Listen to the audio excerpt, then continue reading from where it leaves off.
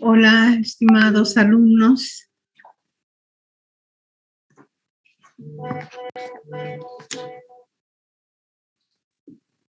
Buenas tardes, doctora. Buenas tardes, doctora.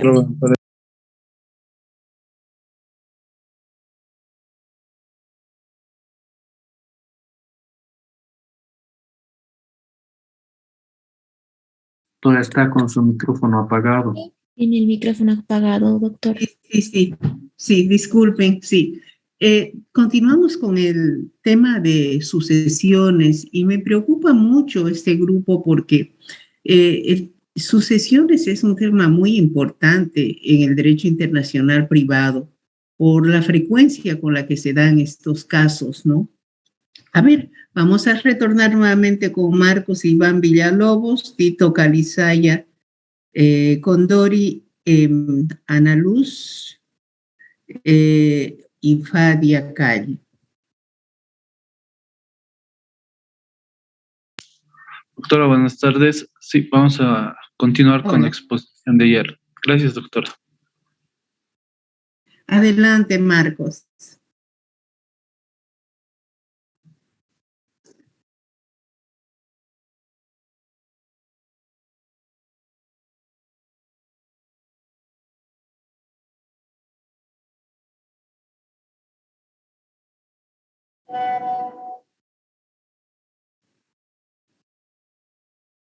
Buenas tardes, doctora. ¿Será que me confirma si puede verlo? Veo perfectamente. Muchas gracias. Iniciamos entonces con los puntos que nos recomendó y que ya lo hemos desglosado también. Fadi. Buenas tardes, doctora. Buenas tardes, compañeros. Vamos a continuar con las observaciones que nos dijo el día de ayer y vamos a empezar con lo que es el Código de Bustamante.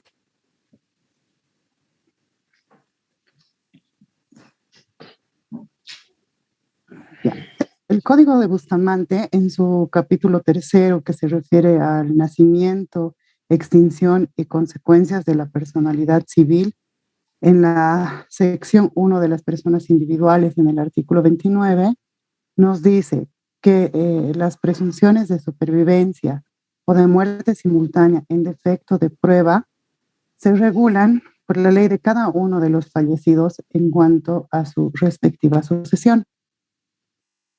Siguiente.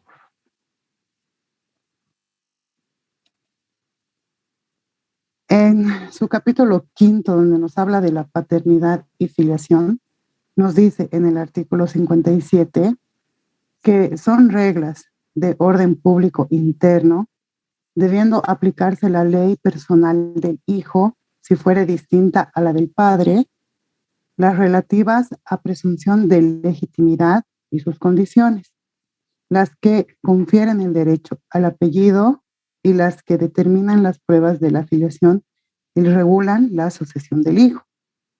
En el artículo 58 nos dice que tienen el mismo carácter, pero se aplica la ley personal del padre, las que otorguen a los hijos legitimados derechos sucesorios. En el artículo 56, que se subordinan a la ley personal del padre los derechos sucesorios de los hijos ilegítimos y a la personal del hijo los de los padres ilegítimos. Artículo 65, ¿no? ¿No? 56. Sí. ¿Ya? Capítulo de... Ya. Después, en el capítulo 8, que se refiere a la adopción, nos dice en el artículo 73 que la capacidad para adoptar y ser adoptado y las condiciones y limitaciones de la adopción se sujetan a la ley personal de cada uno de los interesados. Y en su artículo 74, que se regulan por la ley personal del adoptante sus efectos en cuanto a la sucesión de este, y por la del adoptado, lo que se refiere al apellido y a los derechos y deberes que conserve respecto de su familia natural, así como a su sucesión respecto del adoptante. En cuanto a... Siguiente diapositiva, por favor.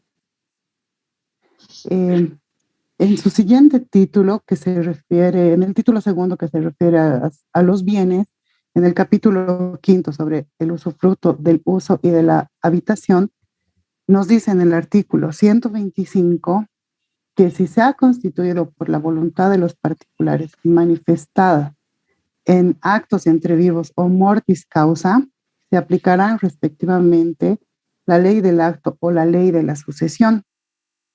En el artículo 128 nos dice que se subordina a la ley de la sucesión la necesidad de que preste fianza el cónyuge superviviente por el usufructo hereditario y la obligación del usufructuario de pagar ciertos legados o deudas hereditarios. En el título tercero, siguiente. En el título tercero, sobre los varios modos de adquirir, en el capítulo segundo, nos habla de las donaciones en el artículo 143 y nos dice que las donaciones que hayan de producir efecto por muerte del donante participarán de la naturaleza de las disposiciones de última voluntad y se regirán por las reglas internacionales establecidas en este código para la sucesión testamentaria. En el capítulo tercero ya se nos habla de lo que son las sucesiones en general. En el artículo 144 nos dice que las sucesiones intestadas y las testamentarias, incluso en cuanto a la orden de suceder, a la cuantía de los derechos sucesorios y a la validez intrínseca de las disposiciones, se regirán, salvo los casos de excepción más adelante establecidos, por la ley personal del causante, sea cual fuere la naturaleza de los bienes y el lugar en que se encuentre. Y en su artículo 45 nos dice que es de orden público internacional el precepto en cuya virtud los derechos a la sucesión de una persona se transmiten desde el momento de su muerte. En el capítulo cuarto de los testamentos, nos habla de los testamentos, perdón, y en el artículo 146 nos dice que la capacidad para disponer por testamento se regula por la ley personal del testador. En el artículo 147 nos dice que se aplicará la ley territorial a las reglas establecidas por cada estado para comprobar que el testador de mente está en un intervalo lúcido. En el artículo 148 nos dice que son de orden público internacional las disposiciones que no admiten el testamento mancomunado y el hológrafo y el verbal y las que declaran acto personalísimo.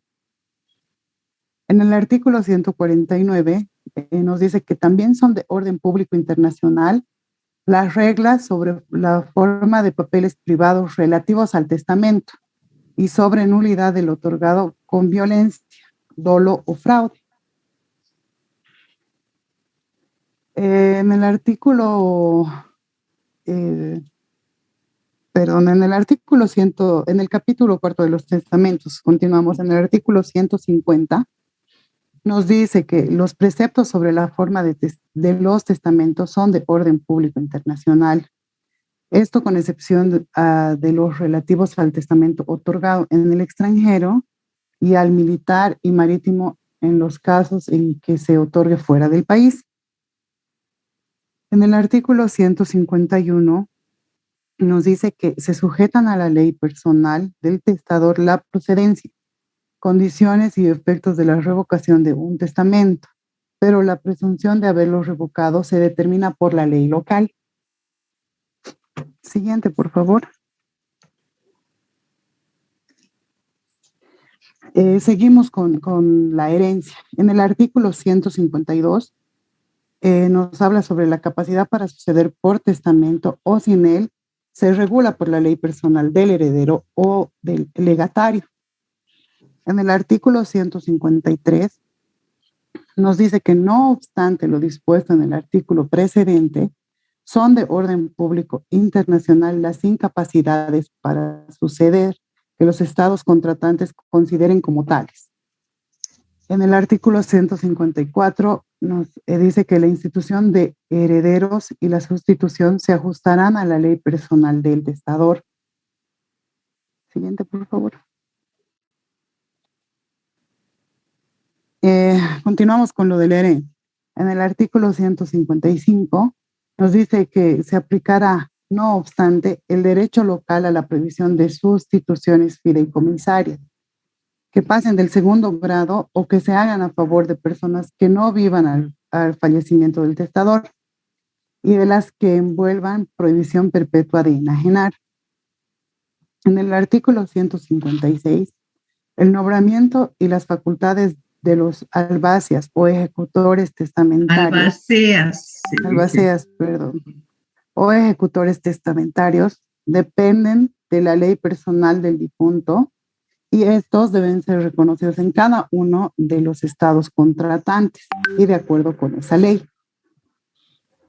En el artículo 157, en la sucesión intestada, cuando la ley llame al estado como heredero, en defecto de otros, se aplicará la ley personal del causante. Pero si lo llama como ocupante de cosas nulios, se aplica el derecho local.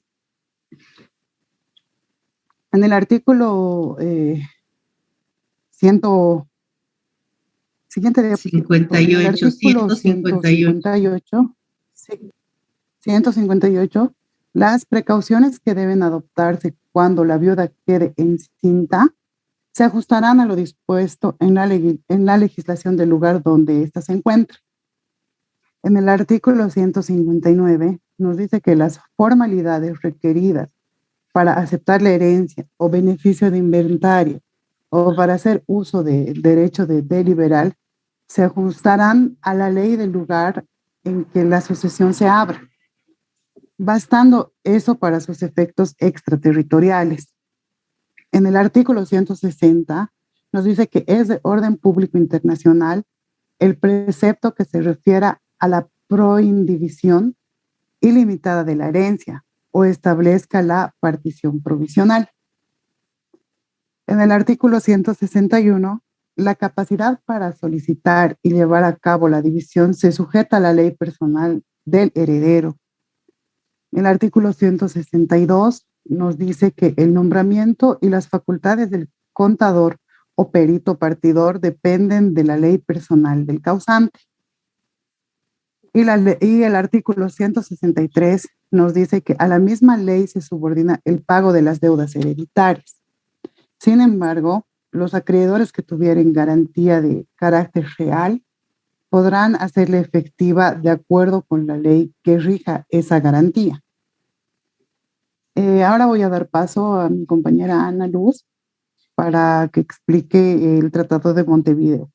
Ya, pero previamente yo quiero preguntar si alguien del grupo va a explicarnos el testamento hológrafo, porque el testamento hológrafo es una figura jurídica que está en la legislación boliviana, pero no así en otras legislaciones. Entonces, no sé quién del grupo va a explicar eso. Bueno, continuemos. Muchas gracias, doctora. Adelante. El Tratado de Montevideo. Este tratado es un tratado de derecho civil internacional que se ha dado, ¿no?, en Montevideo en 1889. Este tratado está plenamente vigente en nuestro país, Bolivia, ¿ya? Y reviste mucha importancia. Con ese pequeño contexto voy a dar paso a lo que podemos encontrar en este tratado respecto al tema. En el artículo 44 nos dice que la ley del lugar de la situación de los bienes hereditarios a tiempo de la muerte de la persona de cuya sucesión se trata, rige la forma del testamento. Esto no obstante, el testamento abierto, cerrado, otorgado por acto solemne en cualquiera de los estados contratantes será admitido en todos los demás. Obviamente los estados que han suscrito este tratado y lo han ratificado. Artículo 45. Otro artículo que nos menciona que la misma ley de la situación rige en su inciso A nos dice que la capacidad del heredero o legatario para suceder. B, la validez y efectos del testamento. C, los títulos y derechos hereditarios. D, la existencia y porción de las legítimas. Y E, en suma, todo lo relativo a la sucesión legítima o testamentaria. Artículo 46 nos dice que las deudas que deben ser de preferencia sobre los bienes allí existentes al tiempo de la muerte del causante. En el artículo 47 nos dice que si dichos bienes, los bienes que se han dejado, no alcanzaren para la cancelación de las deudas mencionadas, los acreedores cobrarán su saldo proporcionalmente sobre los bienes dejados en otros lugares, sin perjuicio del preferente derecho de los acreedores locales. Artículo 48. Cuando las deudas deban ser canceladas en algún lugar en que el causante no haya dejado bienes, los acreedores pueden exigir su pago proporcionalmente sobre los bienes dejados en otros lugares, con la misma salvedad establecida en el artículo precedente. Artículo 49.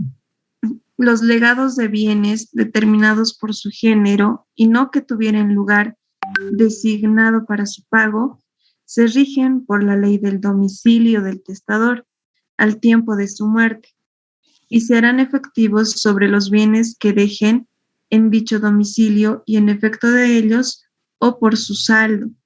Se pagarán proporcionalmente todos los demás bienes del causante. También en este tratado hay uno que llama mucho la atención, que es el artículo 66, que nos dice que los juicios que se van a dar al lugar, que van a dar al lugar la sucesión por causa de muerte, se seguirán ante los jueces de los lugares en que se hayan situados los bienes hereditarios. Todos estos artículos los encontramos en este Tratado de Montevideo y como ya lo habíamos mencionado, ¿no? Este tratado está vigente en Bolivia, es por eso que es importante también que lo podamos ver. Algo interesante del Tratado de Montevideo es que hace regir todos los extremos que se han indicado en estos artículos, ¿ya? Y que adopta un sistema de la pluralidad sucesoria. Eso sería. Por eso es importante, porque si bien el Tratado de Montevideo sigue la doctrina de la ley del domicilio, a diferencia del Código de Bustamante, que sigue la corriente doctrinaria de la ley de la ley personal, en los que involucra tanto la ley de la nacionalidad como la ley del domicilio, pero el Tratado de Montevideo respecto a la sucesión hereditaria se refiere a la ley del lugar donde están ubicados los bienes. En consecuencia, yo me imagino que ustedes han analizado no solo el Código Civil, sino también la Ley de Organización Judicial, el Código de Procedimiento Civil, respecto al tema de sucesiones, porque hay un artículo en la legislación boliviana que señala que la sucesión hereditaria se va a regir por la ley del lugar donde estuvieran los bienes. ¿Alguien puede hablarme de eso?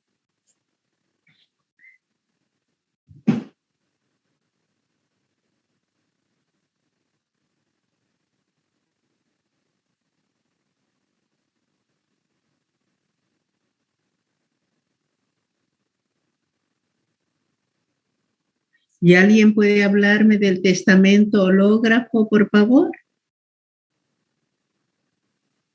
Doctora, buenas tardes. Fadia Calle le habla. Sí. En cuanto al testamento hológrafo, es aquel que está escrito... ¿Y por qué? Perdón que interrumpa. ¿Y por qué ustedes no se conectan con cámara? Todos los otros alumnos han conectado sus cámaras. Ay, perdón, doctora, no. Porque hemos dicho desde un principio que para las exposiciones tienen que mostrar las cámaras. Perfecto, Fadia, adelante. Como le iba indicando, el testamento hológrafo es aquel que lo hace una persona con su puño y letra. En este testamento, por ejemplo, se tiene que especificar claramente el día, el mes y el año en que se ha escrito este testamento. No debe tener ni tachaduras ni enmiendas. Entonces, a lo que yo estaba leyendo en el Código Civil, generalmente este testamento se da para los, o sea, lo hacen los militares o las personas, perdón, me estaba entrando una llamada, los militares. Las personas que están en misión especial, en la selva, en lugares expuestos, en la guerra, porque incluso se les está permitido escribir, incluso con su propia sangre, llegado el caso de peligro de muerte. Pero, ¿qué dice nuestro código al respecto? ¿Qué dice?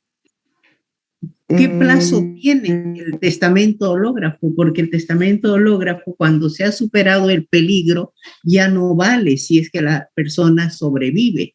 Entonces, ¿qué caduca dice? Esto igual lo he podido leer en el Código Civil, que este tipo de testamento va a caducar pasado los 30 días de haber retornado el testador al lugar donde ya él pueda acudir a las formas legales para testar. Así es. Así es. Por favor, léalo el artículo. Léelo. ¿Sería el artículo respectivo? El artículo 1141 es el testamento hológrafo. Y nos dice en su parágrafo primero que los militares, policías, soldados, personal civil en servicio de la República, misioneros, exploradores, investigadores, científicos y técnicos que se encuentren o residan en fortines, campamentos o lugares alejados de centros de población pueden testar en su cartera o en papel suelto. Si lo escrito en la cartera o en papel suelto lleva fecha y firma y es todo de su propia letra, vale lo que disponga, aunque no hayan testigos, comprobada que sea la autenticidad de letra, firma y fecha. Y en el parágrafo segundo nos dice que el testamento otorgado de acuerdo al parágrafo anterior caducará pasado 30 días de haber retornado el testador a un lugar donde pueda acudir a las formas ordinarias de testar. Cuando el código dice que podrá escribir en su cartera, se refiere a su agenda, porque, claro, cuando uno lee el profesor Morales Guillén, que tiene el anterior Código Civil concordado y anotado, hace un comentario precisamente sobre este tema y dice, el legislador boliviano ni siquiera se molestó en cambiar los términos del artículo copiado del Código Civil italiano y que cartera significaba agenda. Y entonces, por eso en nuestro código dice cartera, que no es correcto porque es imposible escribir en una cartera. El legislador se refería a la agenda de la persona, ¿no? Bueno, pero se han visto casos que cita la doctrina de que el testamento hológrafo, inclusive, personas que han estado en la guerra o en misiones, en misiones difíciles, han testado, inclusive en la tierra, en una pared, han escrito sus últimas decisiones, etcétera, ¿no? Entonces, es importante esto porque hay países, hay legislaciones que no contemplan el testamento hológrafo y de acuerdo al Código de Bustamante, aunque creo que el Tratado de Montevideo no se refiere al testamento hológrafo, pero el Código de Bustamante dice precisamente, son de orden público internacional las disposiciones que no admiten el testamento mancomunado, el hológrafo y el verbal, y las que lo declaran acto personalísimo. O sea, que si en un país donde el causante tiene sus bienes, el testamento hológrafo no está permitido, no va, o el testador, diré, tiene sus bienes, y si deja testamento hológrafo en un país que no contempla esta figura jurídica, pues entonces no tendrá validez, porque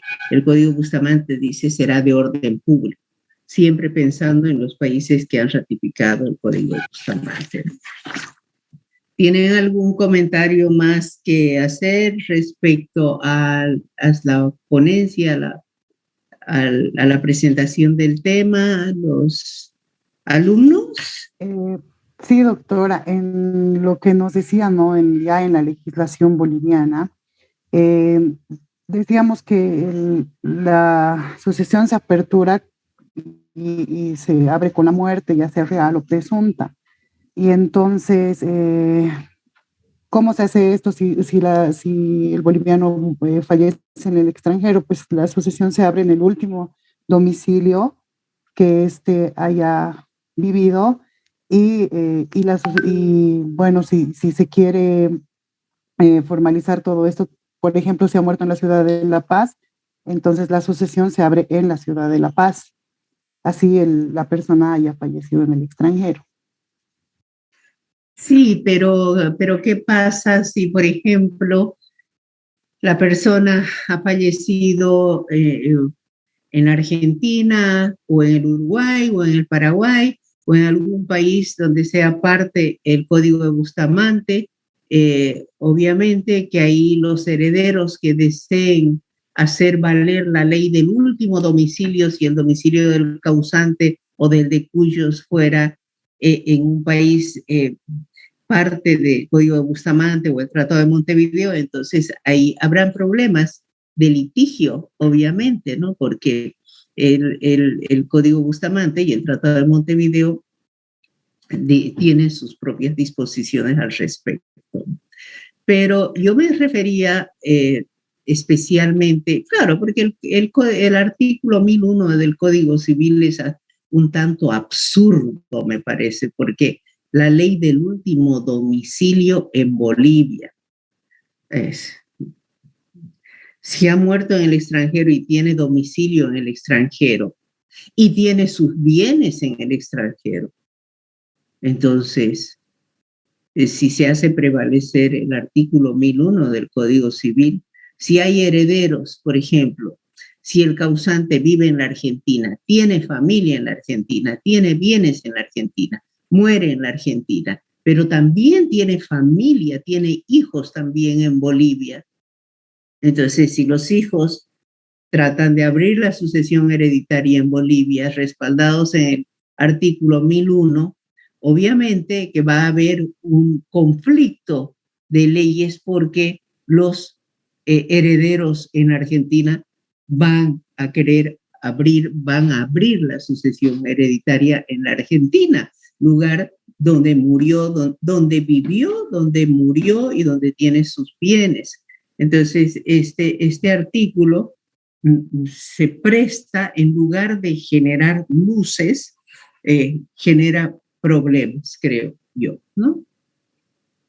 Pero también el código, no recuerdo exactamente la ley de organización judicial, el artículo 10, inciso E o F, creo, señala que los trámites de sucesión se abrirán en los lugares donde estuvieran ubicados los bienes. Ese tema tienen que analizarlo, no me acuerdo si es la ley de organización judicial o es el Código de Procedimiento Civil.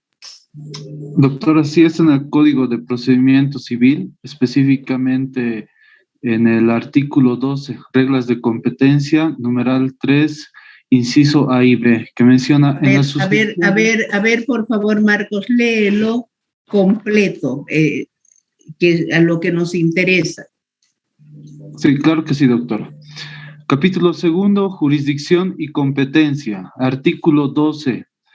Reglas de competencia. En el proceso civil se observarán las siguientes reglas de competencia. Numeral 3. En las sucesiones será competente.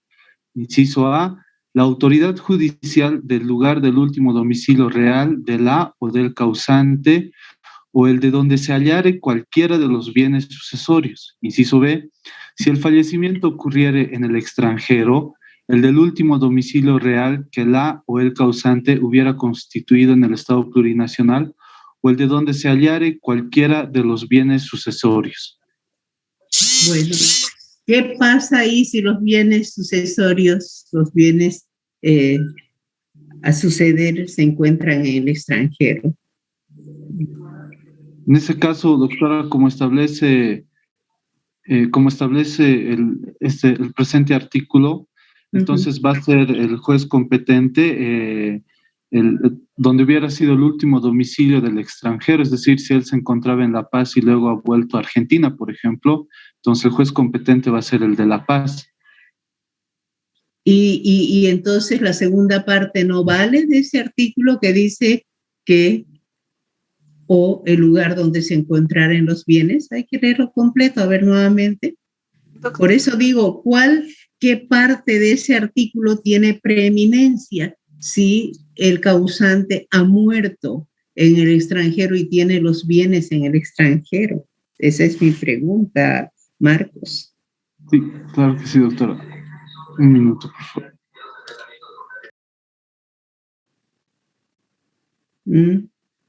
¿Qué opinan? Doctora, acotando también esta parte, ¿no? En el Código de Procedimiento Civil Boliviano, en el artículo 468, que voy a dar paso a leer, también nos da un poco, ¿no? En su inciso 1 nos da a entender un poco más sobre esto, ¿ya?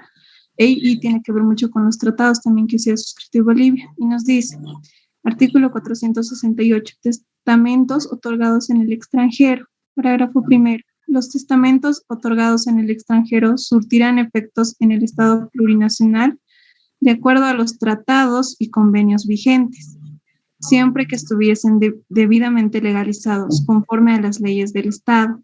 Su protocolización y su registro se sujetarán a las disposiciones de la presente sección. Parágrafo segundo.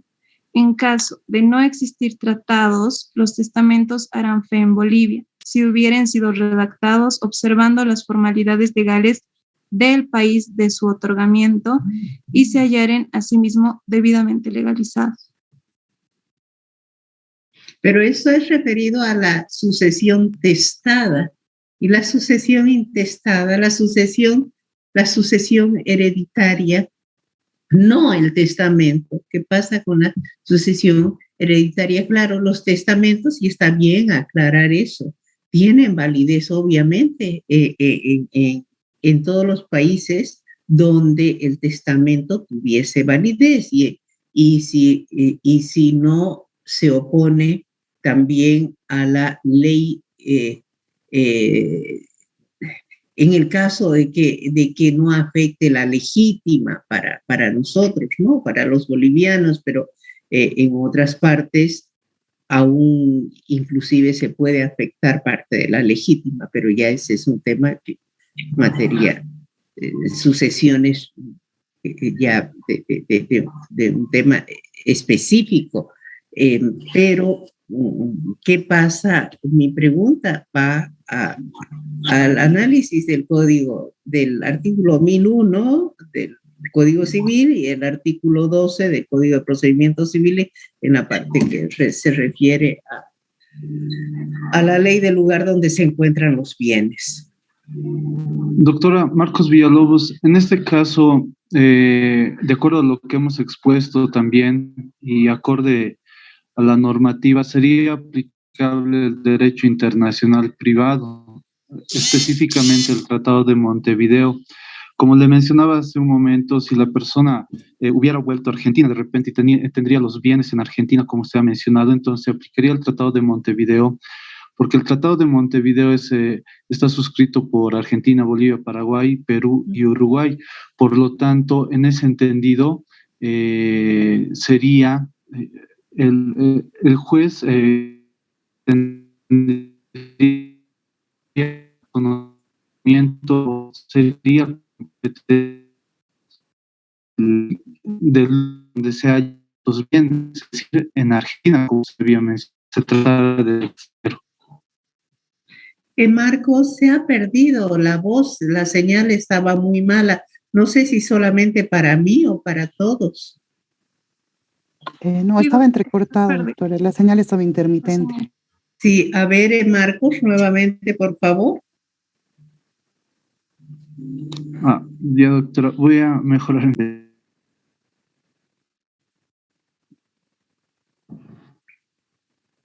Apaga tu cámara, no importa, para poder explicarlo bien eso, para que no te reste en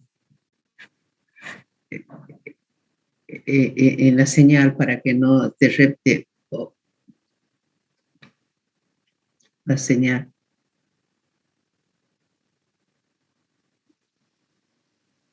Ya. Creo que ahora sí. A ver. Ahora sí, doctora. Creo que le mencionaba, como ya habíamos explicado en el tema y de acuerdo a todo lo estudiado respecto a la norma, este sería un caso atendido por el derecho internacional privado. Específicamente le mencionaba el Tratado de Montevideo. En el ejemplo que yo mencionaba, se tratara de una persona que tuviera sus bienes en Argentina. Por eso sería el Tratado de Montevideo, porque este tratado ha sido suscrito por Argentina, Bolivia, Paraguay, Perú y Uruguay. ¿Y qué dice el Tratado de Montevideo? Dice que el artículo 66, los juicios a que dé lugar la sucesión por causa de muerte se seguirán ante los jueces de los lugares en que se hallen situados los bienes hereditarios. Por lo tanto, sería competente el juez donde se encuentren estos bienes, en este caso en Argentina, doctora. Claro, claro, yo estoy plenamente de acuerdo, pero siempre los abogados nos vamos a poner en aquella situación de que, por ejemplo, gran parte de los herederos en línea directa estén en Bolivia, es decir, que este señor tenga hijos en Argentina e hijos en Bolivia. Entonces los hijos, tal vez un abogado que no asesore bien, va a obviar el Tratado de Montevideo y va a querer abrir la sucesión hereditaria en Bolivia basada en el artículo 1001 o en la primera parte y en la primera parte del artículo 12 del Código de Procedimiento Civil. Entonces ahí surgen conflictos siempre en temas vinculados con dos soberanías legislativas, es decir, con dos países o con dos jurisdicciones. Cuando digo soberanías legislativas me refiero a la legislación de un país y la legislación de otro país, diferentes soberanías legislativas o diferentes jurisdicciones, la jurisdicción ordinaria boliviana y la jurisdicción ordinaria argentina. Entonces, precisamente por eso siempre se dice que el estudio del derecho internacional privado es una parte preliminar, muy elemental es la parte teórica, pero que en la práctica los casos de derecho internacional privado por conflicto de leyes son sumamente complicados y cada caso en particular tiene sus propias especificidades, ¿no? Entonces, está bien, no sé si quieren acotar algo más, Marcos. Sí, doctora, en realidad sí. Y como usted mencionaba hace un momento, de repente acá en Bolivia nos encontremos con algún abogado que quiera siempre que la sucesión se abra en Bolivia. Sin embargo, ese abogado, como todos obviamente, tenemos que comprender que